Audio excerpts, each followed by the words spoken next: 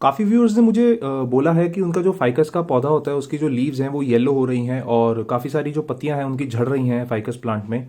इसके कुछ बहुत सारे रीज़न हो सकते हैं फ्रेंड्स।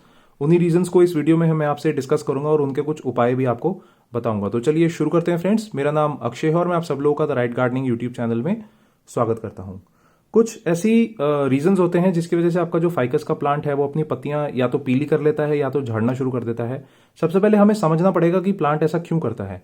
प्लांट देखिए, जैसे हम इंसान होते हैं, हमें कुछ तकलीफ होती है तो हम बोल के बता सकते हैं कि हमें ये तकलीफ हो रही है। पौधा ऐसा नहीं कर सकता। तो कभी भी पौधे को कुछ बताना होता है कि उसको तकलीफ हो रही है या उसको किसी चीज की जरूरत है या कुछ चीज उसके लिए बहुत ज्यादा हो गई है, तो वो अपनी पत्तियों के थ्रू हमसे कम्युनिकेट करता है। अगर उसको किसी भी तरीके का स्ट्रेस होगा तो वो अपनी पत्तियों का रंग बदलना शुरू कर देगा। तो अगर आपकी फाइकस के प्लांट का पत्तियों का रंग बदल रहा है तो आप ये समझ सकते हैं कि आपका पौधा किसी ना किसी तरीके के स्ट्रेस में है। तो उसी कुछ रीजंस के बारे में डिस्कशन करेंगे।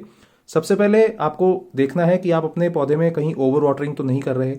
ये एक बहुत ही कॉमन रीजन है जो मेरे बहुत सारे व्यूअर्स ने बोला है और मुझे समझ भी आया कि वो ओवर वाटरिंग जब करते हैं तो उनका जो फाइकस का पौधा होता है वो उनकी जो लीव्स होती हैं वो येलो होनी शुरू हो जाती हैं या तो झड़ना शुरू कर देता है। उनका जो प्लांट है वो लीव्स को झाड़ना शुरू कर देता है। तो आपने ध्यान देना है कि ओवर वाटरिंग आपने बिल्कुल भी नहीं करनी। ओवर वाटरिंग से क्या होता है फ्रेंड्स, जो रूट्स होते हैं प्लांट के वो स्ट्रेस में आ जाते हैं और धीरे धीरे गलना शुरू कर देते हैं। तो जब गलना शुरू कर देते हैं तो लीव्स तक न्यूट्रिएंट्स नहीं पहुंचते और न्यूट्रिएंट्स ना पहुंचने की वजह से जो लीव्स हैं वो ऑटोमेटिकली झड़ना शुरू कर देती हैं। तो आपने एक वाटरिंग शेड्यूल बनाना है अपने फाइकस प्लांट में। आप इसको डीपली वाटर करिए, रेगुलरली वाटर करिए, डेली वाटरिंग करने की जिसको जरूरत नहीं है। इसको तभी वाटरिंग करिए जब इसको जरूरत है। दूसरी चीज आप कर सकते हैं, आप चेक कर सकते हैं कि अगर ऊपर की मिट्टी है, जैसे ये देखिए ऊपर की जो मिट्टी मैं आपको दिखाता हूं, ये थोड़ी सी खुरदरी सी है लेकिन सूखी नहीं है, इसमें मॉइस्चर है। टच करने से मुझे पता चल रहा है कि इसमें मॉइस्चर है।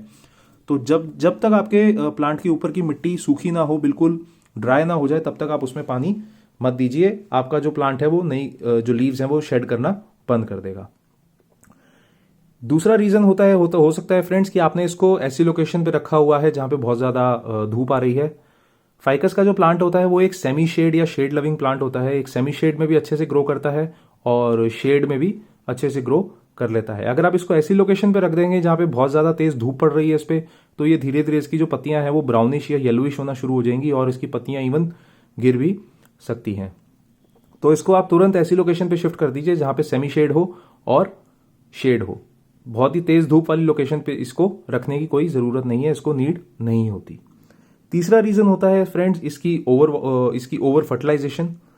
कभी कभी लोग क्या करते हैं, अपने पौधे की ग्रोथ को बूस्ट करने के लिए बहुत सारा फर्टिलाइजर उसमें डाल देते हैं। तो उससे होता क्या है कि पौधा उतना फर्टिलाइजर एब्जॉर्ब करने के लिए उस हालत में नहीं होता या उतना मैच्योर नहीं होता, जिसकी वजह से वो स्ट्रेस में आ जाता है और उस स्ट्रेस की वजह से वो उसकी पत्तियां झड़ना शुरू हो जाती हैं। आपने फाइकस को अगर फर्टिलाइजेशन करनी है तो आप 2 महीने में एक बार कोई भी स्लो रिलीज फर्टिलाइजर दे सकते हैं इसको, 1 मुट्ठी। आप वर्मिंग कंपोस्ट दे सकते हैं या तो गोबर की खाद भी दे सकते हैं। इन दोनों फर्टिलाइजर्स के अलावा आप थोड़ा सा बोन मील भी इसमें दे सकते हैं अगर आप देना चाहते हैं तो, लेकिन वो एक ऑप्शनल फर्टिलाइजर है। अगर आप रेगुलरली कोई फर्टिलाइजर देना चाहते हैं तो एक फास्ट रिलीज फर्टिलाइजर होता है, या तो आप इसमें एनपीके दे सकते हैं या आप इसमें लिक्विड सीवीड फर्टिलाइजर दे सकते हैं। एनपीके फर्टिलाइजर देने का तरीका क्या होता है, वो 1 चम्मच एनपीके 1 लीटर पानी में अच्छे से डाइल्यूट करके आप इसको हर 15 दिन में दे सकते हैं। अगर आप केमिकल फर्टिलाइजर नहीं इस्तेमाल करना चाहते, सीवीड फर्टिलाइजर एक ऑर्गेनिक फर्टिलाइजर है जो आप यूज कर सकते हैं फाइकस प्लांट में, जिसका देने का तरीका है 1 ml 1 लीटर पानी में अच्छे से डाइल्यूट करके उसको डायरेक्टली आप सॉइल में भी दे सकते हैं और ऊपर स्प्रे भी कर सकते हैं। काफी अच्छा फर्टिलाइजर और कंप्लीटली ऑर्गेनिक फर्टिलाइजर है। अच्छा, एनपीके फर्टिलाइजर के बारे में मैं आपको एक बात बताना भूल गया। कोई भी इक्वल रेशो का 19-19-19 या 20-20-20 का जो रेशो है वो आप यूज कर सकते हैं फाइकस प्लांट में। एनपीके फर्टिलाइजर्स के बारे में मैं आपको बता रहा हूं। आखिरी रीजन ये होता है फ्रेंड्स, ट्रांसप्लांट शॉक। जब आपने बहुत बार देखा होगा, जब आप नर्सरी से पौधा लेके आते हैं तो वो बहुत ही अच्छी हालत में होता है, बहुत ही अच्छी हेल्थ में होता है, लेकिन जैसे ही आप उसको अपने घर में लाके गमले में लगाते हैं उसकी हालत एकदम से बदलना शुरू होती है। ये इसलिए होता है फ्रेंड्स, इसको ट्रांसप्लांट शॉक कहते हैं। इसको ट्रांसप्लांट शॉक इसलिए कहते हैं क्योंकि नर्सरी में एक अलग एनवायरनमेंट होता है जो पौधों को मिलता है और वो एकदम से एनवायरनमेंट आपके घर में आके चेंज हो जाता है। तो उसकी वजह से आपका जो पौधा है वो स्ट्रेस में आ जाता है, जिसकी वजह से उसकी जो पत्तियां हैं वो झड़ना शुरू कर देती हैं। तो इसमें आपको करने की कुछ ज्यादा करने की जरूरत नहीं है।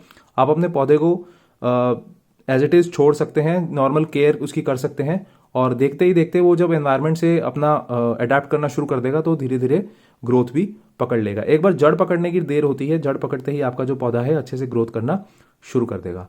तो अगर आपका फाइकस का प्लांट आपको लगता है स्ट्रेस में है तो आप इन चीज़ों का ध्यान दीजिए, और अगर आप इन चीज़ों में से कुछ कर रहे हैं तो उसको करना बंद कर दीजिए, उसको इम्प्रूव करिए, और देखते ही देखते आपका जो फाइकस का प्लांट है वो बहुत अच्छी तरीके से ग्रोथ करना शुरू कर देगा। अगर इस वीडियो के बारे में आपका कोई भी कंफ्यूजन है फ्रेंड्स, कोई भी सवाल है, तो आप कमेंट सेक्शन में पूछ सकते हैं, मैं आपको उसका जवाब दूंगा। और अगर इसके अलावा कोई और प्रॉब्लम्स आपके फाइकस प्लांट में आ रही हैं तो वो भी आप मुझे कमेंट करके बता सकते हैं, मैं आपको उसका भी जवाब दूंगा।